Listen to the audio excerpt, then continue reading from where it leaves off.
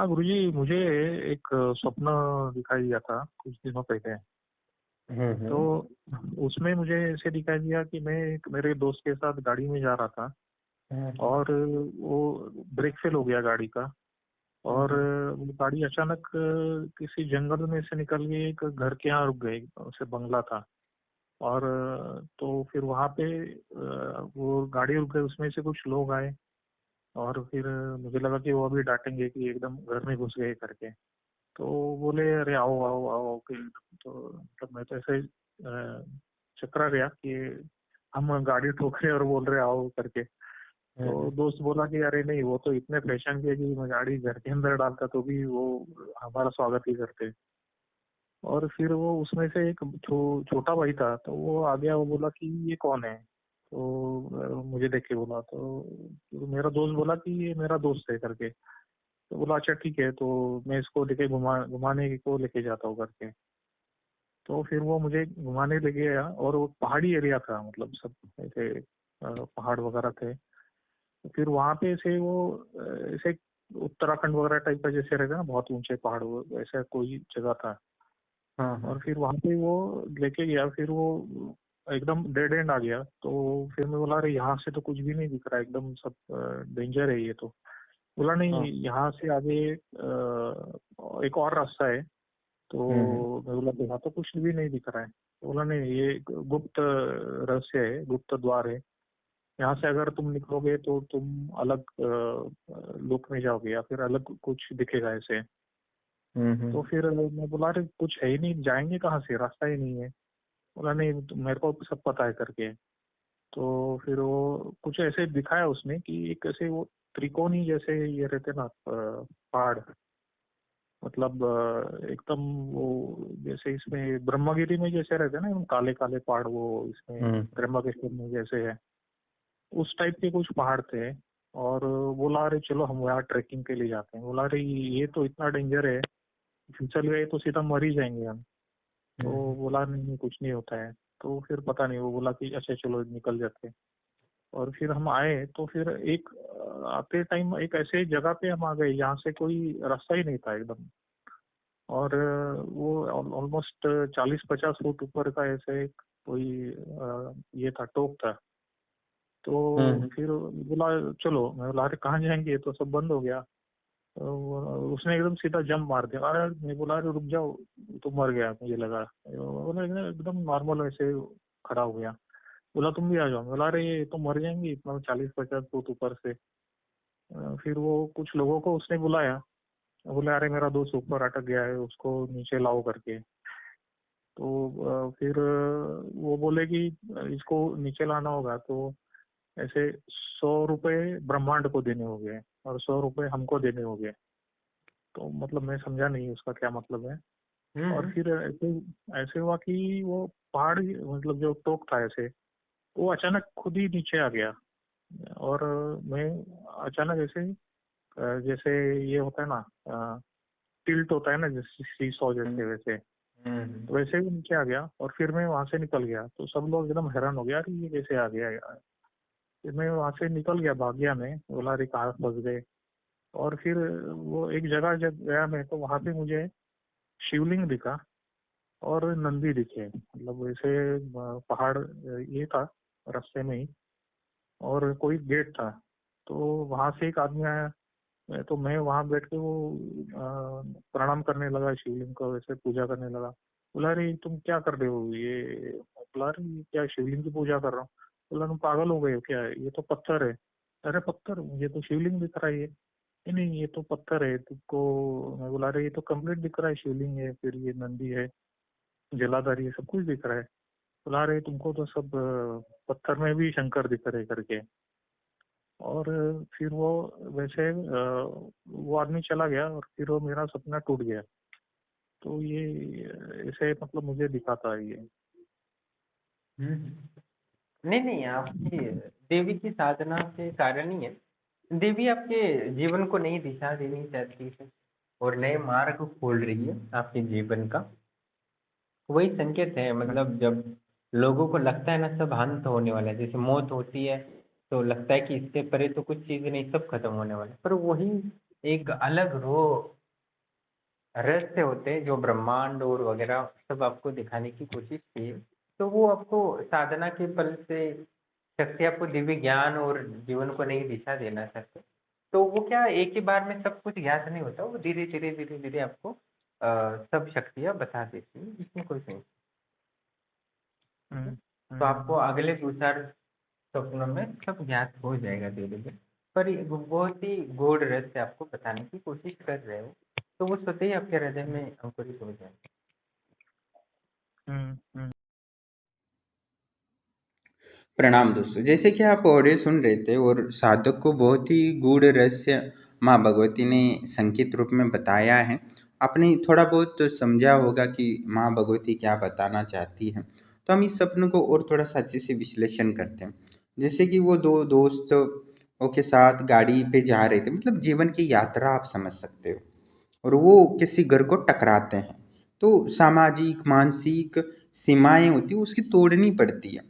यानी स्थूल जीवन के जो अनुभव होते हैं वो या झटके होते हैं, उनको आपको पूरी तरह तोड़ना पड़ता है, मरोड़ना पड़ता है। धार्मिक साथ ही धार्मिक मान्यताओं को भी तोड़ना पड़ता है जब आध्यात्मिक विकास करना होता है।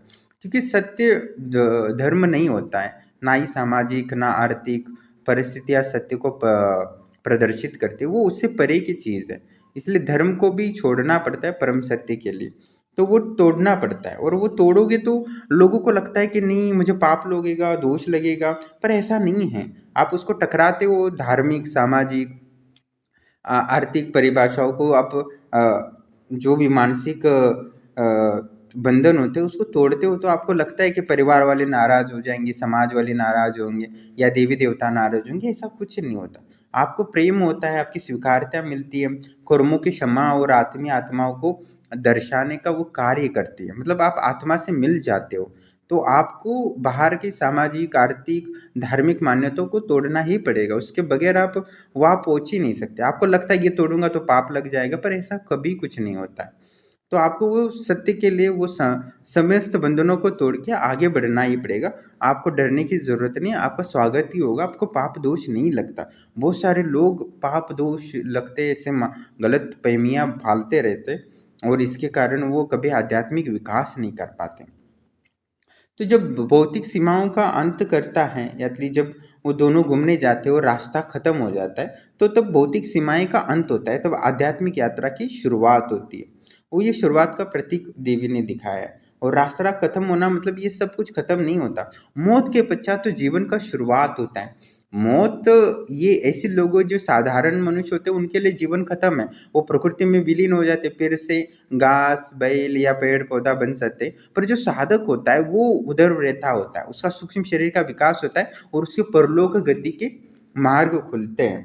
और परलोक गति के जाने के लिए दो ही एक ही ऑप्शन होता है गुरु के पास। जैसे कि दोनों दोस्त होते हैं, वो एक दोस्त नीचे गिर जाता है, खाई में गिरता है और मरता नहीं है, और वो उनको ऊपर वाले को बोलता है आ जाओ नीचे आ जाओ, आप मरोगे नहीं, आप उस माया को पहचानो, आप गिर कर भी मरोगे नहीं, और आप प्रकृति से जुड़ाव महसूस करोगे, और अपनी आत्मा अपने अस्तित्व को भी जुड़ाव महसूस करोगे। इसमें कोई संशय नहीं। पर भी वो डरते हैं, वो नहीं आते हैं।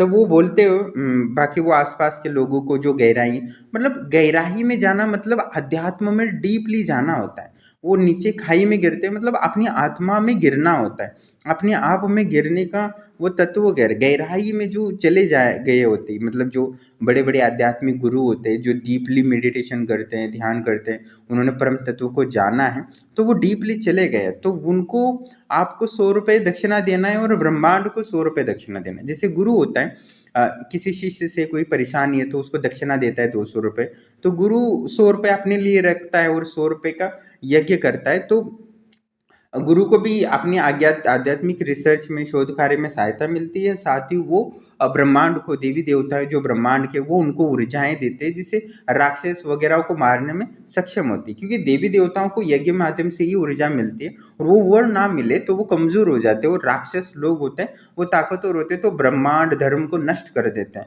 और फिर इसे धर्म को स्थापित करने के लिए बहुत परिश्रम करना पड़ता है भगवान को भी, देवी देवताओं को। आपने कहानियां सुनी होंगी कि कितने ही राक्षस उत्पन्न होते थे थे और कितनी वो ऋषि मुनि से लेके समाज का शोषण करते थे, क्योंकि राक्षसों को अमर बनना था अपने आप के लिए। पर भगवान ऐसे नहीं है, भगवान अपना त्याग करते, कितनी बार तो मरते हैं अपने आपने देखा होगा कितनी बार तो शिव ने की मृत्यु तक पहुंच गए थे राक्षसों के कारण।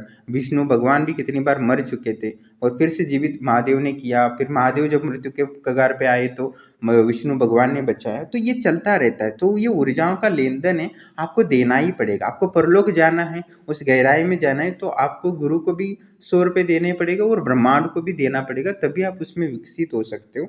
मतलब यज्ञ कराना पड़ता है, ये कहने का तात्पर्य है, इसमें कोई संशय नहीं। और ब्रह्मांड को जो पूर्णतः समर्पण का भाव होता है, मतलब ब्रह्मांड को 100 रुपये देता है तो पूर्ण समर्पण भाव रखना पड़ता है, या धन का भी है, साथ ही समर्पण का भी, गहराई से आत्मा से जुड़ने का है, इसमें कोई संशय नहीं। और विश्वास भी होना चाहिए ना, आप काई से तभी गिरोगे जब आपको गुरु के प्रति पूर्ण विश्वास होगा और ब्रह्मांड पे विश्वास होगा, तो ही आप उस खाई में गिर सकते। नहीं तो सामान्य व्यक्ति डर के मारे वो ऊपर ही बैठे रहेगा, वो नीचे ही गहराई में कभी नहीं जाएगा। जो मन से पार है, परम आत्मा, परम शांति, परम तृप्ति का अनुभव होता है, उस गहराई में कभी नहीं जाते। लोग डरते हैं उसको अंदर जाने के लिए। और स्वयं को जानने के लिए, वो सत्य को जानने के लिए आपको वो खाई में गिरना ही पड़ेगा। और खाई में आसानी से तभी गिराया जा सकता है जब गुरु को दक्षिणा दे और यज्ञ को माध्यम से देवी देवताओं को दक्षिणा देकर हम उस रास्ते को आसान बना सकते हैं। और वो खाई में गिरते तो उनको डर लगता था, पर यज्ञ किया, मतलब यज्ञ करा दिया, मतलब उसके दोस्त ने 100 रुपये उसको दे दिया, वहाँ के लोग गहराई में पहुँचे लोगों को, और ब्रह्मांड को 100 रुपये दे, तो ऑटोमेटिकली ये साधक नीचे आ गया, इसमें कोई संशय नहीं। और उनको वहाँ शिवलिंग दिखा। जो व्यक्ति मरने से पहले जिस भावना करता है, माँ दुर्गा की करता है, शिव की करता है, या भूत प्रेतों की करता है, तो मरने के बाद वो उसी को प्राप्त होता है, इसमें कोई संशय नहीं। जैसी भावना होती है वो मृत्यु के पश्चात वहाँ ही पहुँचता है। जो मानता है कि ना भगवान है, ना शिव है, ना विष्णु है, तो उसको वो भगवान शिव कभी नहीं मिलते और वो प्रकृति में विलीन हो जाता है। फिर कभी ना कभी हजारों करोड़ों अरबों साल बाद मनुष्य मिलता है। तो वो जैसे सोचता है वो भी सही है।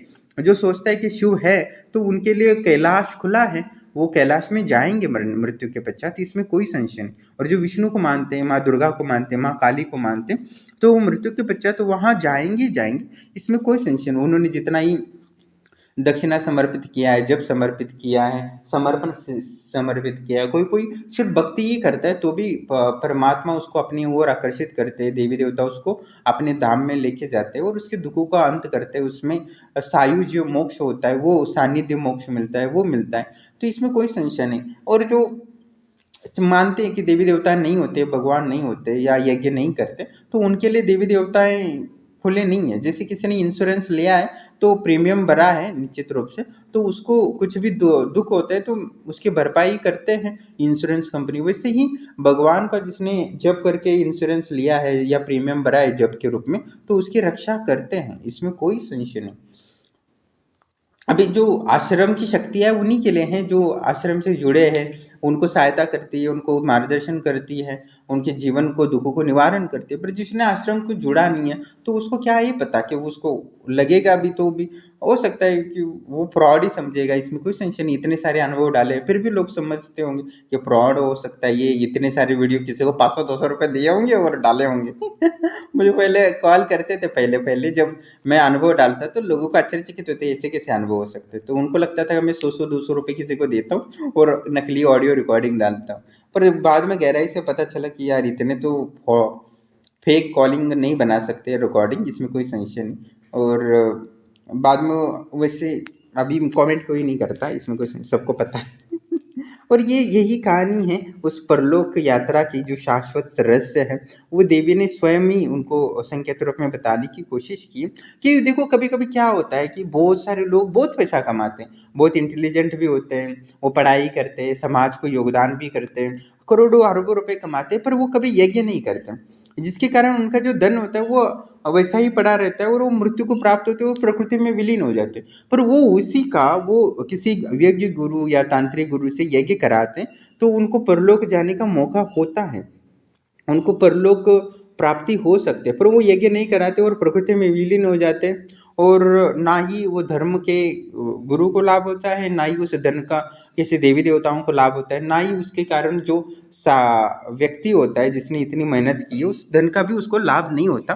अंतिम तक वो अपने परिवार को संपत्ति को लो छोड़ता है तो वो पितृलोक को प्राप्त होता है। इसमें कोई संशय नहीं। इसमें मतलब ये नहीं कि हमने पैसा कमाया है तो उसका फल नहीं मिलेगा। आप ईमानदारी से पैसा कमाए हो और अपने परिवार और कुल के लिए छोड़ के चले जाते हो तो आपको पितृलोक मिल जाता है, इसमें कोई संशय नहीं। पर कभी कभी आपका सूक्ष्म शरीर का विकास नहीं हुआ होता है तो आपने पैसा कमाया ही तो भी आप उस योग्य होते हुए भी आपको फिर से प्रकृति में विलीन होना पड़ता है और फिर से एक मनुष्य जन्म ही मिलता है। इसलिए सूक्ष्म शरीर का विकास के लिए एक गुरु से यज्ञ कराना महत्वपूर्ण होता है, जिसे अपना सूक्ष्म शरीर बना रहे ताकतवर, जो क्षीण ना हो या बूढ़े होने के समय सूक्ष्म शरीर ताकतवर रहे, जिससे परलोक जा सके।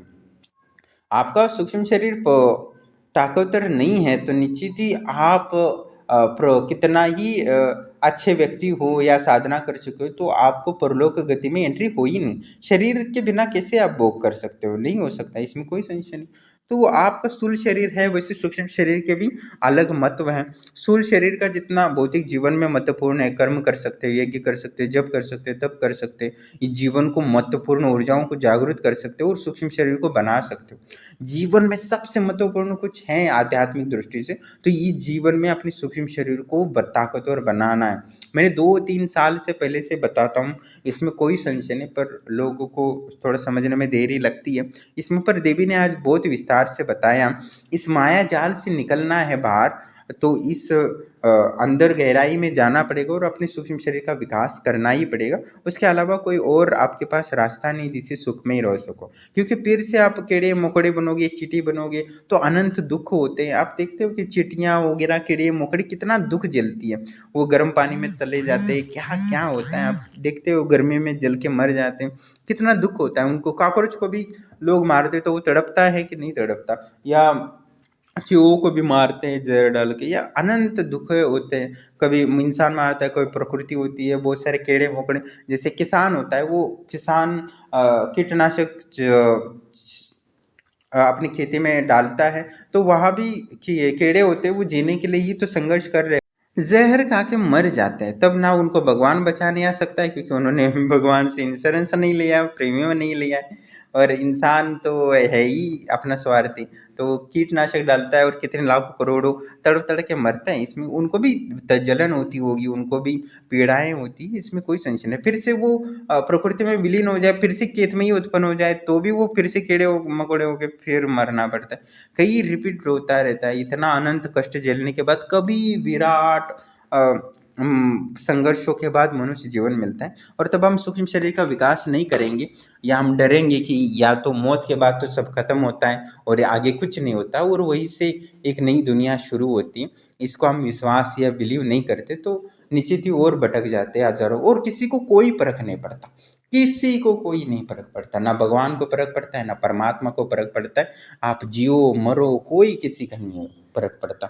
यही सत्य है, इस सत्य को स्वीकार करना चाहिए। और आप भगवान की भक्ति वगैरह करते हो तो वो रक्षा जरूर करेंगे, और जब आप भक्ति नहीं करोगे तो भगवान को कुछ नहीं फर्क पड़ता। आप मर जाओ या जियो, कोई फर्क नहीं पड़ता। तो इसमें कोई संशय नहीं। तो जो आपने देखा होगा, भगवान विष्णु ने उन्हीं की सुरक्षा की है जो उनके भक्त थे। बगैर हाथी भी बन गया हो तो भी उसकी रक्षा की है, आपने देखा है। तो इसमें कोई संशय नहीं, क्योंकि गलती से कोई व्यक्ति इंसान से भगवत भक्ति करता हो और फिर इंसान से फिर पशु योनि में भी जाए तो भी वो भगवान को पुकारते हैं तो भगवान उसकी रक्षा करते हैं। पर जब तक वो जो भगत होते हैं, भक्ति करते हैं, उन्हीं को वो सहायता करते हैं, उसके अलावा किसी को और सहायता नहीं करते। भगवान को कुछ लेना देना नहीं है। भगवान शिव है, वो हिंदू लोगों को ही सहायता करेंगे। जो अल्लाह होता है वो सिर्फ मुस्लिम लोगों की सहायता करेगा। गौतम बुद्ध होंगे, भगवान बन गए होंगे तो वो गौतम बौद्ध धर्म के लोगों को ही सहायता करेंगे, हिंदू को नहीं करेंगे। उस इसमें कोई संशय नहीं, क्योंकि उन्होंने जो ऊर्जा प्रदान की है ब्रह्मांड को, उसी की वो सहायता करते हैं। जैसे लोग, जो दो लोग होते हैं इन साधकों को, कि वो बोलते हैं कि ब्रह्मांड को तुम्हें 100 रुपये देने होंगे, मुझे 100 रुपये देंगे, तभी मैं इन लोगों को नीचे गहराई में उतार सकता हूँ। और वो देता है तो उसके दोस्तों को, वो मतलब इन साधकों को नीचे सुखरूप रूप से, एकदम शांत रूप से गहराई में लेके जाता है और नीचे वो इस दुनिया में पहुँचते हैं और शिवलिंग का दर्शन होता है।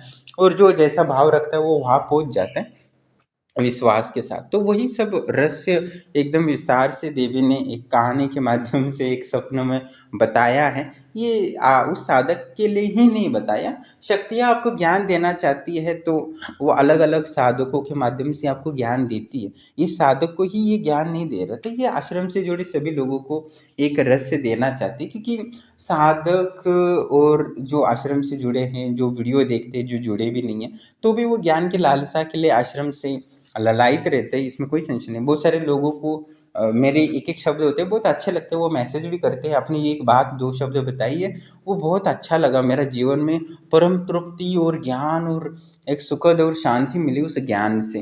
तो उनको अच्छा लगता है कि कोई ना कोई हर चीज़ को, हर व्यक्ति जीवन चल रहा होता है तो उसको दिल को छू जाती है, क्योंकि हर परिस्थिति एक साधक की होती है, तो वही साधक किसी आश्रम से ना जुड़े व्यक्ति की भी होती है, तो उसको एक जीवन का रास्ता मिलता है। तो ऐसे वो लोग मैसेज करते हैं, और बहुत सारे लोगों ने सिर्फ वीडियो देखकर ही अपने जीवन को दिशा दी है।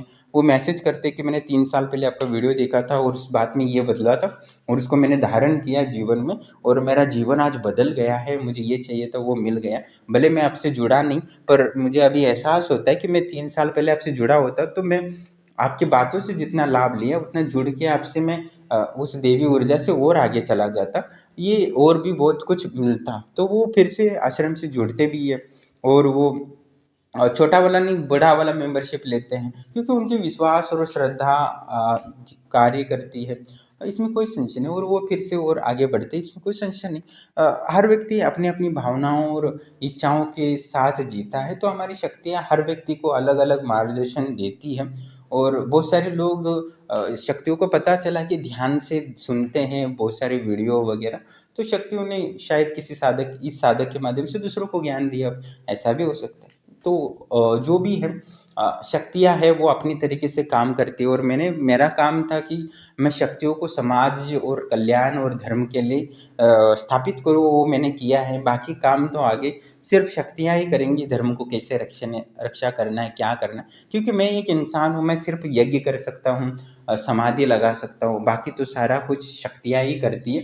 और कैसे धर्म को बचाना है, कैसे ज्ञान देना है, क्या नहीं देना, वो शक्तियाँ स्वयं करती है, मैं नहीं करता। इसमें कोई संशय नहीं, मैं तो बस 1-2 ही काम करता हूँ, समाधि लगाना और यज्ञ करना, बस इतना ही जानता हूँ। और जितना लोग सहयोग करते हैं मैं उतना यज्ञ करता हूँ, और उतना देवी देवताओं को वो प्राप्त होता है, शक्तियाँ उतनी ताकतवर होती है, और उतनी समस्त लोगों की बीमारियों से लेके, धन से लेके जो भी समस्या है उनके रिलेशन से लेके, बीमारी, तंत्र वगैरह और या सिद्धियाँ प्राप्ति की इच्छाएं, मनोकामनाएं, वो सब शक्तियाँ स्वयं ही करती है। हर व्यक्ति को किसको त्रिकालदर्शी बनाना है, किसको नहीं बनाना, वो शक्तियाँ स्वयं करती है।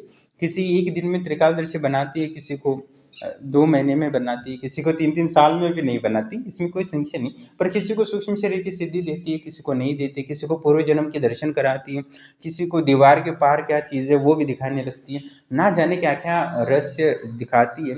मैं भी आश्चर्यचकित हो जाता हूँ, पर हर व्यक्ति को जीवन में एक नई उपलब्धि या शक्ति कराती है, जो व्यक्ति जैसा भाव रखता है, जितना समर्पित करता है, इसमें कोई संशय नहीं। और शक्तियाँ इतनी जागरूक है कि हर व्यक्ति को रिएक्शन देता है। जैसे एक साधिका थी, उसने सिर्फ 500 रुपये दिए थे, तो शक्ति ने तुरंत बोला कि तुम्हारे पैसे मुझे मिल गए और मैं तुम्हें आशीर्वाद दे रही हूँ। तो इतना एसएमएस भी बैंक का कभी कभी डिले होता है, और आश्रम की शक्तियाँ स्वयं ही उसको बताती है कि तुमने इतने दिए तो मैं तुम्हें इतना दे रही हूँ।